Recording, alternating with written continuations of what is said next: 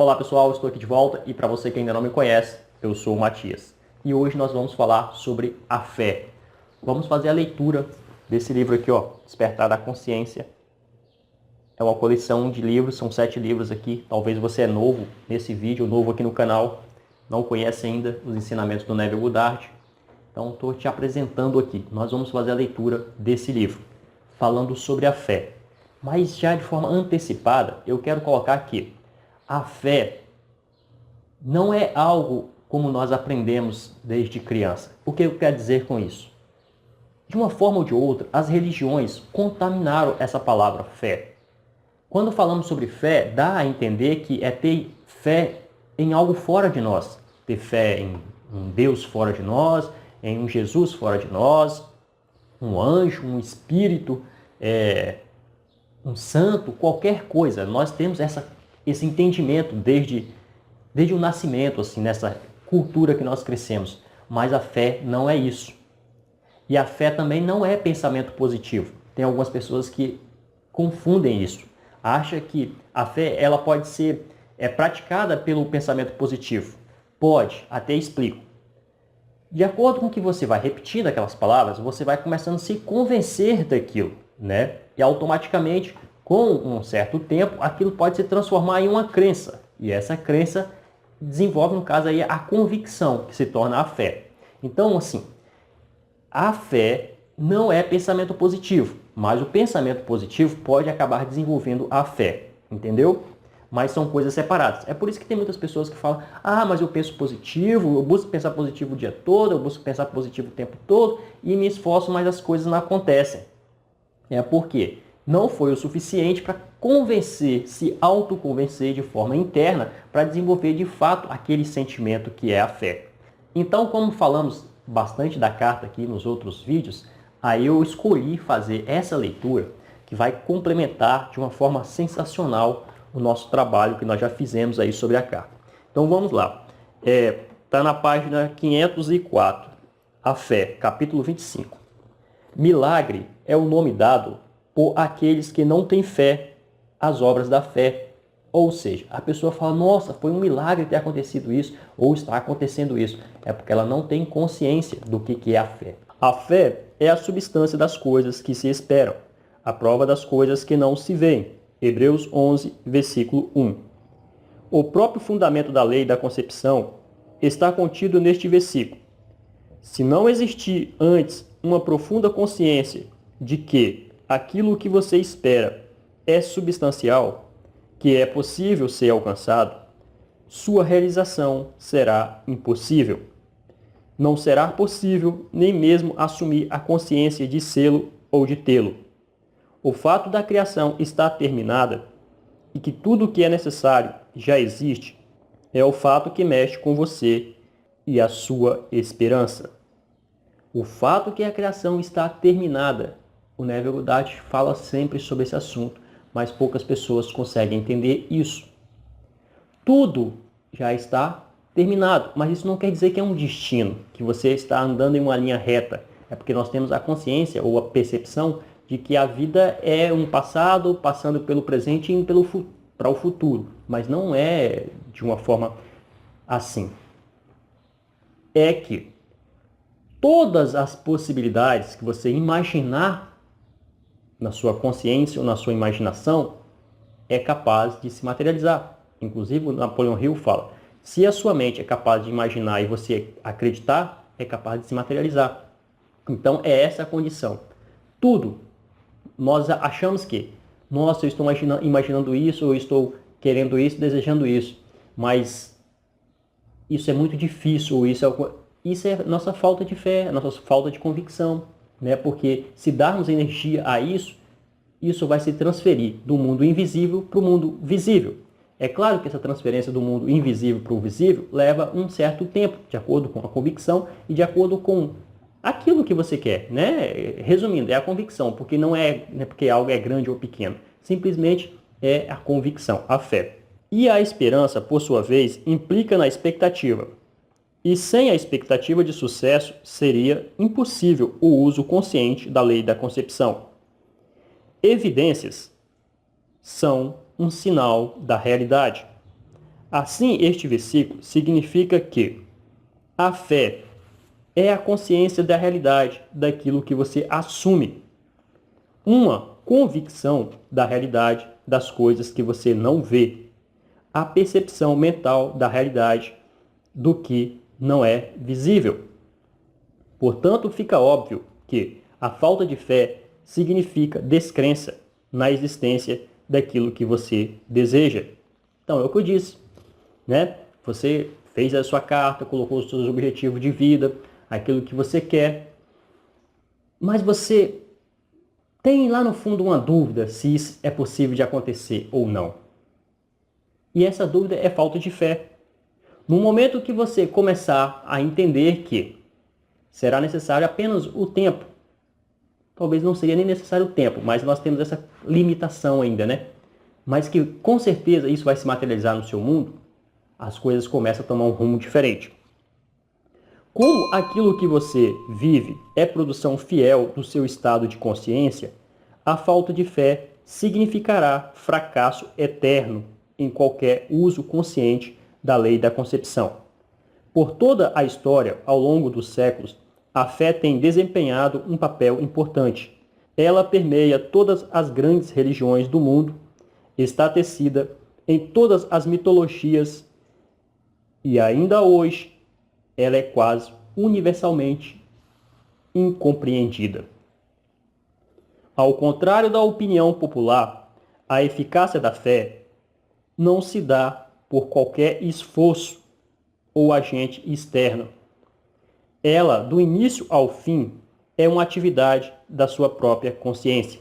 É o que eu disse no início do vídeo. A fé não é forçada. Você não consegue forçar a ter fé. A fé é um sentir.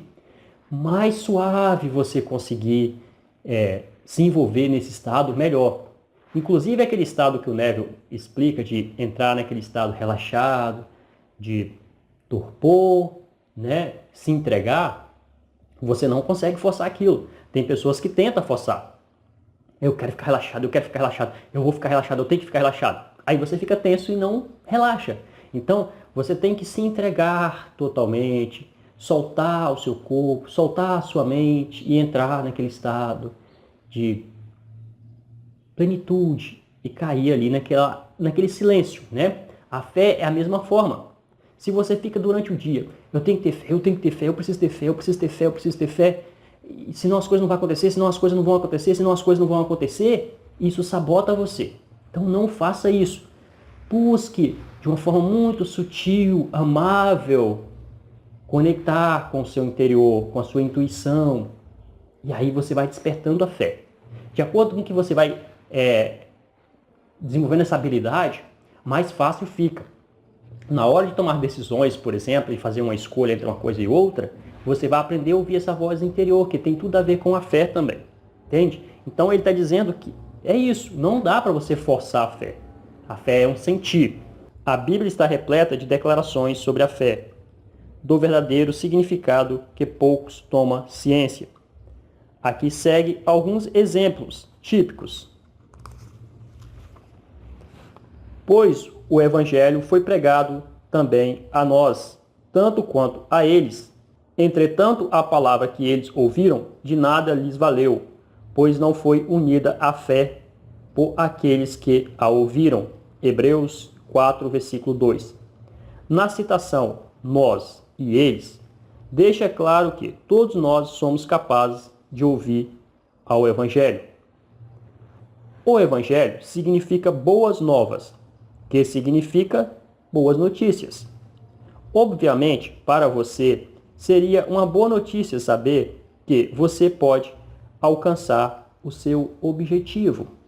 E essa notícia sempre lhe é pregada pelo seu eu infinito.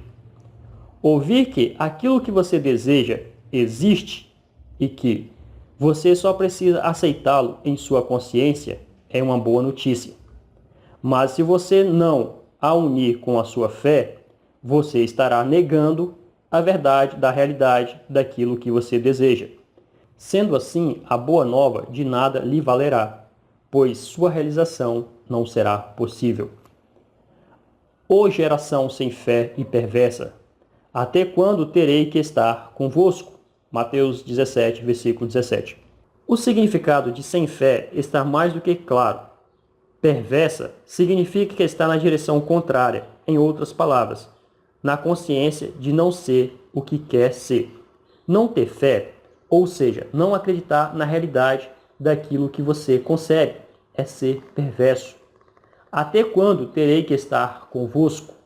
Significa que o cumprimento do seu desejo se baseia na sua mudança para a direção certa em seu estado de consciência. É como se aquilo que você deseja estivesse lhe dizendo que você não o realizará até que você tenha fé e persevere justamente. Como já foi afirmado, justa é a consciência de ser o que você deseja ser. Vou voltar nessa parte aqui que diz assim, até quando terei que estar convosco? Isso aqui também pode significar assim. Jesus, físico, ser, pessoa, né? E ele faz as obras, e aí os discípulos acreditam, né? Ele faz, os discípulos acreditam. Então ele diz, até quando terei que estar convosco? E se eu não estiver, vocês não acreditarão? Jesus aqui nesse caso representa o mundo físico. As coisas que nós vemos, nós acreditamos, mas aquilo que nós não vemos, nós não acreditamos. E a realidade verdadeira é aquilo que nós não vemos. O mundo é uma projeção. O mundo é uma manifestação daquilo que nós não vemos com os olhos físicos. Está lá, no invisível, mas nós não vemos com o mundo físico. Então ele está dizendo aqui é isso. Até quando terei de estar convosco para vocês acreditarem? Pela fé ele deixou o Egito, não temendo a ira do rei, porque perseverou firme com quem vê aquele que é invisível. Hebreus 11, versículo 27. Egito significa a escuridão, a crença em muitos deuses, causas, né? Deuses significa eventos, causas, né? O rei simboliza o poder externo, condições ou circunstâncias. Ele é o seu conceito de si mesmo, como já sendo aquilo que você quer ser. Perseverou firme com quem vê aquele que é invisível. Significa persistir na convicção de que seu desejo já está cumprido, mesmo que ele não seja visível. Sendo assim, esta passagem significa que, se você persistir na convicção de que você já é a pessoa que você quer ser, para que você se eleve acima de qualquer dúvida, medo ou crença no poder das condições externas e da circunstância, o seu mundo inevitavelmente se moldará à sua convicção. A definição de fé, pelo dicionário, a ascensão da mente ou o entendimento da verdade, a inabalável adesão a um princípio, são tão pertinentes que elas bem podem ter sido escritas tendo em mente a lei da concepção. A fé não questiona, a fé sabe. A fé é uma convicção. A fé sabe. Então, internamente, você sabe que, seja lá o que você quiser para a sua vida, já é um fato presente. Algumas pessoas têm me perguntado, sempre, né? Tem sido constante essas perguntas, na verdade. Por isso eu vou falar logo aqui. Matias, eu queria ajudar a minha mãe, o meu pai, o meu irmão, o meu filho a melhorar de saúde. Eles estão com problema de saúde. Como que eu faço isso? Como que você faz é ver as coisas de uma forma diferente do que as outras pessoas veem. Alguém está doente, porque o médico falou que está doente, todo mundo acredita que está doente, nós também acreditamos que ele está doente. Mas no momento que você for capaz de ver que aquilo é um momento transitório, ele era saudável e agora ele está doente. Mas não significa que a doença ou aquele problema tem que ser para a vida toda. Ou talvez ele já até nasceu já com aquele problema. Não significa que ele tem que ser para a vida toda. Se você tem a capacidade de ver que essa pessoa é saudável, que ela é feliz, que ela é abundante, que ela é próspera, enfim, se você ter essa capacidade de ver diferente dos outros, você já estará fazendo verdadeiros milagres na vida dessa pessoa. Então, não se junte aos mortos, ou aos cegos, ou aos que estão enganados, em acreditar como eles acreditam. Tenha você a sua convicção de forma diferente. Então, veja aquela pessoa como saudável. Abrace ela, converse com ela, sinta ela como uma pessoa saudável. Seja lá qual o problema que ela tenha, seja mental, seja um problema físico, veja ela como uma pessoa saudável.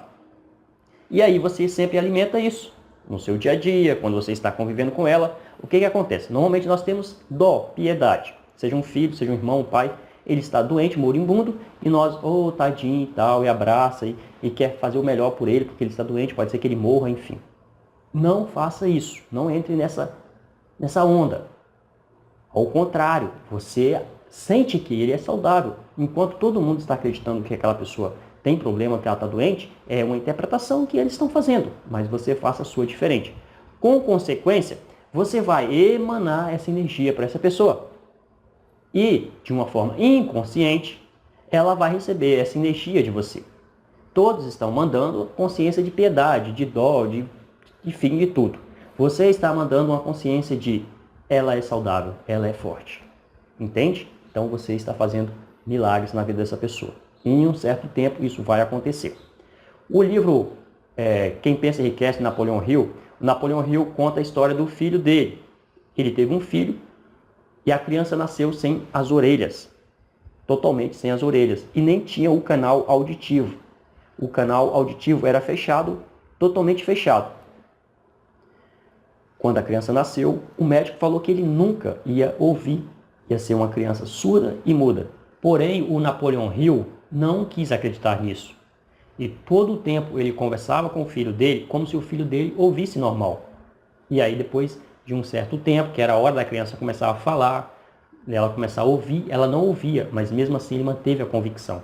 E ele sempre falava, mesmo sabendo que ele não tinha o ouvido, nem tinha o canal auditivo. Depois de um certo tempo, o bebê já era uma pequena criança, né? Sei lá, talvez com 3, 4 anos ou 2 anos, ele começou a notar que essa criança ouvia algumas coisas. Então, se ela ouvia algumas coisas, era possível que ela pudesse ouvir mais. E aí, ele foi usando todos uns artifícios, comprou naquela época, né, que seria um som de hoje, uma radiola, alguma coisa do tipo, e colocava lá a música para tocar. E a criança gostava daquilo, ela se emocionava. Então, significa que ela estava ouvindo. E aí, com isso, ele foi trabalhando, e, enfim, colocou ela em uma escola, não era uma escola especial, colocou, no caso, naquele tempo lá, em uma escola comum, e ele trabalhou como sendo aquela criança comum, aquela criança normal, como qualquer outra, não tinha deficiência, e ele foi se envolvendo nisso, e esse menino não ficou surdo, e nem era mudo, ele falava, só que ele tinha uma certa dificuldade de ouvir, né, devido às limitações físicas, mas ele ouvia, até chegou aos 20 e poucos anos, que aí ele teve, na época, o contato, o conhecimento de um aparelho auditivo, eletrônico, e aí ele passou a ouvir de uma forma natural. Mas, pela ciência e pela explicação lógica, seria impossível ele ouvir. Não tinha a menor condições daquela criança ouvir. Como que ele ia ouvir? Se ele não tinha orelha e nem tinha o canal auditivo, era tudo tapado, né? Mas, pela fé, pela convicção, o pai dele, Napoleão Hill, se envolveu nisso e foi capaz de introduzir essa ideia no filho, e assim a criança ouvia de uma forma inexplicável, de uma forma milagrosa. Então, está recheado de tantos exemplos, né, que podem acontecer, que você tenha a capacidade de fazer isso. Então, eu espero que tenha ficado claro para você esse assunto, tenha ajudado você. Eu vou ficando por aqui. Se você chegou nesse vídeo e ainda não é inscrito, se inscreve agora mesmo. Clique na sinetinha para ativar as notificações, que assim que eu postar um novo vídeo, você recebe em primeira mão. Dá o seu like, quando você faz isso, o YouTube percebe que o vídeo é relevante e assim ele leva para mais pessoas e nós vamos criando uma expansão de consciência no mundo. Um grande abraço e até o nosso próximo encontro.